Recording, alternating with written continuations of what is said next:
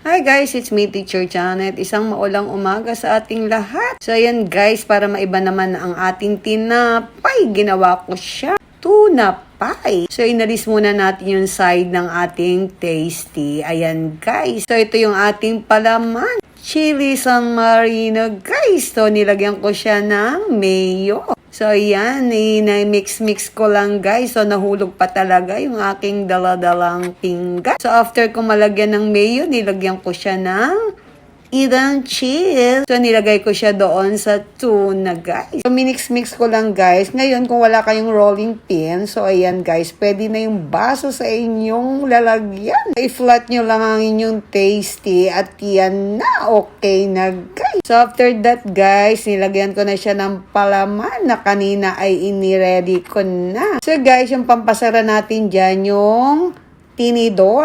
Ayan guys, i-fold nyo lang siya at ayan, mamaya papakita ko sa inyo kung paano siya magdikit. So kailangan idiin nyo lang kasi ma-open din siya guys kasi hindi ko nga siya nilagyan ng slurry dyan sa side dahil hindi na nga ako nakapag-prepare ng slurry. So ayan guys, inisa-isa ko na. Ayan, nakabuo na ako ng isa. So after that, ayan, iaano ko na siya sa egg. Tapos, iano ko siya sa breadcrumbs. Lagyan natin siya ng breadcrumbs para hindi siya masyadong kapitan ng mantika, guys. So, ayan guys, after mo siyang iprito, ayan, ready na siya guys, kainin. Meron ka ng pang merienda, meron ka pang almusal, guys. Thanks for watching.